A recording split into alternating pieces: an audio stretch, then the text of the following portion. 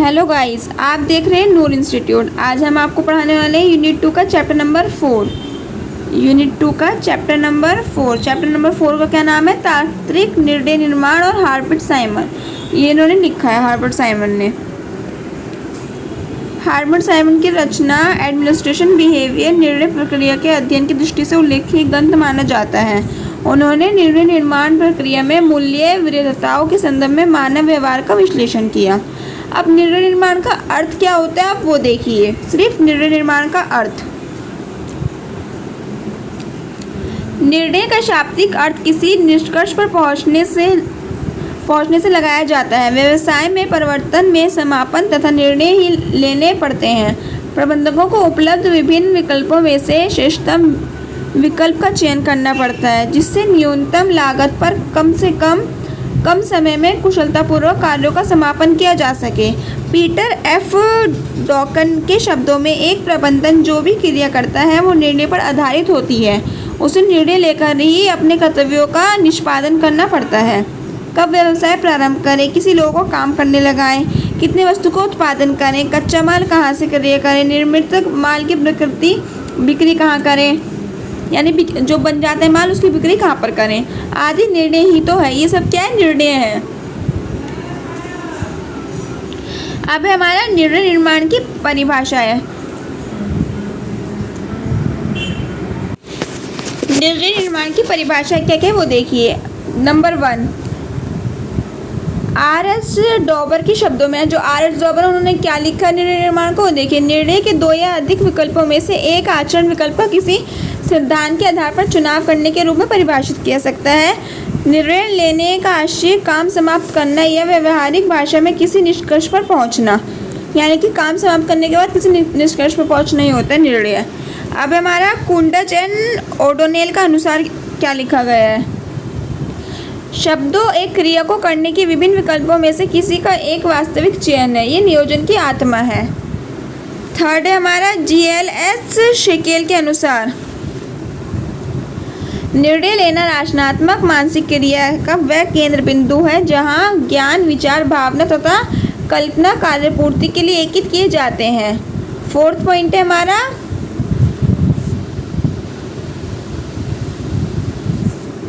एनेस्टरडेल ने क्या लिखा है? प्रबंधकीय निर्णयों में से आशय का उन निर्णयों से है जो प्रबंध संबंधी प्रत्येक क्रिया, नियोजन, संगठन, स्टॉकिंग, नियंत्रण, नव प्रवर्तन तथा प्रतिनिधित्व करना आदि का निष्पादन के लिए आवश्यक होते हैं। फिफ्थ पॉइंट है हमारा जॉर्ज टेटी ने क्या लिखा है? निर्णय मापदंडों पर आधारित 2 या 2 से अधिक संभावित विकल्पों में से किसी का विकल्प का चयन करना होता है। अब है हमारा निर्णय की प्रकार। निर्णय के कितने प्रकार होते हैं? फर्स्ट है प्रमुख व गोत्र निर्णय। सेकंड है अनियोजित एवं नियोजित निर्णय। फोर्थ है संगठनात्मक एवं व्यक्तिगत निर्णय।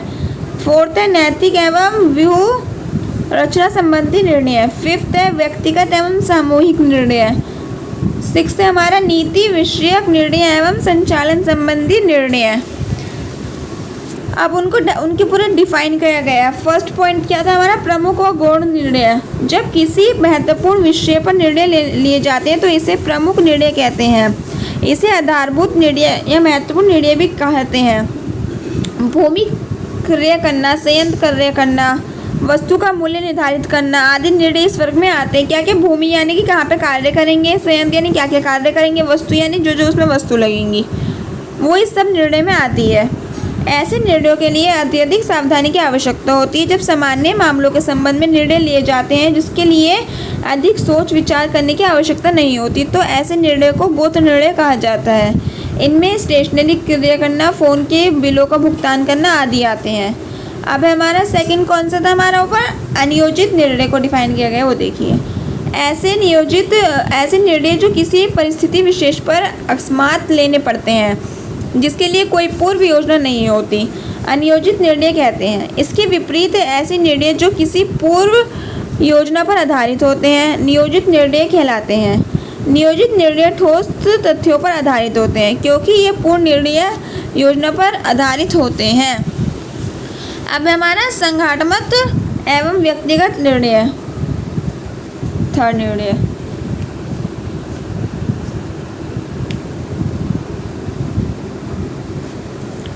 ऐसे निर्णय जो संगठन को प्रत्यक्ष प्रभावित करते हैं ये संगठन के पदाधिकारी के रूप में लिए गए होते हैं, तो ऐसे निर्णय को संगठनात्मक निर्णय कहते हैं। दूसरे शब्दों में किसी संगठन में कार्यरत व्यक्ति द्वारा अपने पद के कारण जो निर्णय लेने पड़ते हैं जिससे संगठन प्रभावित होता है संगठनात्मक निर्णय कहलाते हैं। इसके विपरीत व्यक्ति द्वारा लिए गए ऐसे निर्णय जिसके व्यक्ति का व्यक्तिगत जीवन प्रभावित होता है व्यक्तिगत निर्णय कहलाते हैं। जो मतलब व्यक्तियों के लिए लिए जाते हैं वो व्यक्तिगत निर्णय कहलाते हैं। माल कब क्रय करना है, कितना क्रय करना है आदि संगठनात्मक निर्णय हैं, यानी कि जो माल मतलब जो सामान लगेगा वो सब। आज कहा जाना है कि इस मित्र से मिलना है आदि व्यक्तिगत निर्णय है।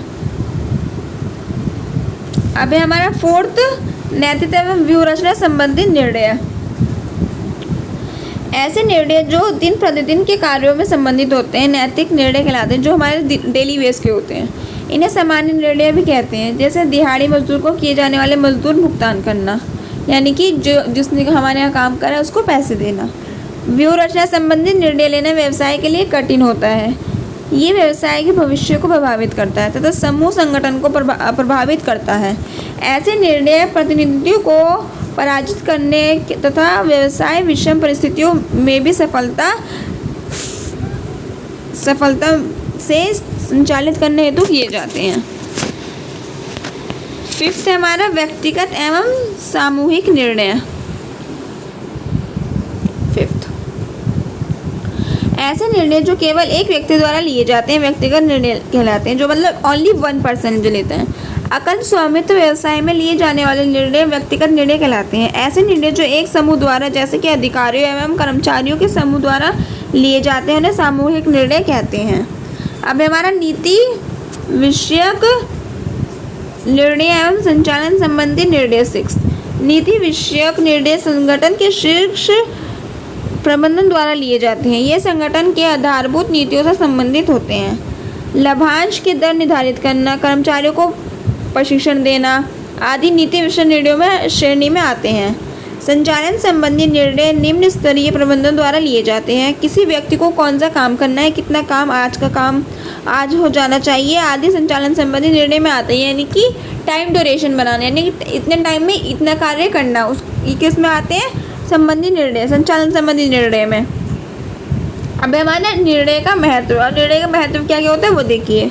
सभी क्षेत्रों में निर्णय की आवश्यकता पड़ती है। प्रत्येक परिस्थिति में प्रबंधकों द्वारा लिए गए निर्णय सही होने चाहिए तथा जिसे उद्देश्य की पूर्ति हेतु निर्णय लिए गए हैं उनकी पूर्ति होनी चाहिए। एक गलत निर्णय जीवन को संकट में ला सकता है। सही निर्णय क्षमता की व्यावसायिक सफलता का आधार होती है। लिए गए सटीक निर्णय प्रगति के पथ पर ले जाते हैं। अब हमारे निर्णय लेने के सिद्धांत कौन कौन से हैं वो देखिए। प्रबंधन के प्रमुख लेखन इस राय के हैं कि सही और उचित निर्णय पर उद्यम की सफलता और विफलता निर्भर करती है। इसलिए एक प्रबंधन को निर्णय लेने से सभी सावधानियां बरतनी होती है। अब सावधानियां कौन कौन सी होती है निम्नलिखित महत्वपूर्ण सिद्धांत जिन्हें ध्यान में रखा जा सकता है निर्णय लेते वक्त। फर्स्ट पॉइंट, निर्णय लेने की सीमांत सिद्धांत। सीमांत सिद्धांत कौन से होते हैं वो देखिए। विभिन्न अर्थशास्त्रियों द्वारा निर्णय लेने के सीमांत सिद्धांत का सुझाव दिया गया है। अर्थशास्त्रियों का मानना है कि लाभ कमाने के लिए एक व्यावसायिक उपक्रम काम करना है। लाभ कमाना उनका एक प्रमुख आदर्श वाक्य है। यही कारण है कि वे इस बात से सहमत हैं कि प्रबंधन को अपने निर्णय के इस उद्देश्य के साथ लेना चाहिए कि जब तक ये उनके अधिकतम तक नहीं पहुंच जाता तब तक उसको संगठन का लाभ बढ़ता चला जाए। इसलिए अर्थशास्त्रियों का तर्क है कि लाभ के अधिकतम उपयोग की एकमात्र उद्देश्य वाला संगठन जो अपने सभी लाभ के सीमांत विश्लेषण की आवश्यकता है। निर्णय लेने भी सीमांत विश्लेषण पर आधारित होते हैं, यानी कि अगर हम कोई कार्य कर रहे हैं और कार्य में हम आगे बढ़ रहे हैं तो वो हमें सफलता प्राप्त हो, वो सब सोचना चाहिए। अब ऐसे सीमांत सिद्धांत के प्रभावी ढंग से उपयोग कैसे करते हैं उसमें वो देखिए। उत्पाद से बिक्री, मशीनीकरण, विपणन, विज्ञापन, नियुक्त और अन्य मामलों जहां सीमित सिद्धांत वैज्ञानिक रूप से अपनी सांख्यिकीय रूप से उपयोग किया जा सकता है और एक अच्छा निर्णय संभव है। सेकंड पॉइंट है हमारा गणितीय सिद्धांत। अब गणितीय सिद्धांत क्या होता है वो देखिए। ये गलत होगा कि यदि हम कहें कि निर्णय लेने की तकनीकी निर्णय लेने की गणितीय सिद्धांत पर बहुत अधिक बकाया है। Venture analysis, game theory, probability theory, waiting theory कुछ सिद्धांत हैं। ये कौन कौन से? वेज एनालिसिस है, गेम थ्योरी है, प्रोबेबिलिटी थ्योरी, वेटिंग थ्योरी कुछ सिद्धांत हैं ये, जिनके आधार पर एक प्रबंधन किसी दिए गए तथ्य का विश्लेषण करता है और उसी के अनुसार निर्णय लेना है। इसे निर्णय लेने की प्रक्रिया के लिए वैज्ञानिक दृष्टिकोण को जन्म दिया है। अब हमारा थर्ड है मनोवैज्ञानिक सिद्धांत।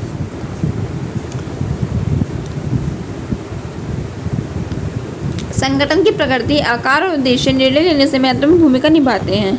प्रबंधन की आकांक्षाएं, व्यक्तित्व, आदतें, स्वभाव, राजनीतिक सुझाव और सामाजिक और संगठनात्मक स्थिति, घरेलू जीवन, तकनीकी कौशल और दिमाग का निर्णय लेने से बहुत महत्वपूर्ण भूमिका निभाते हैं।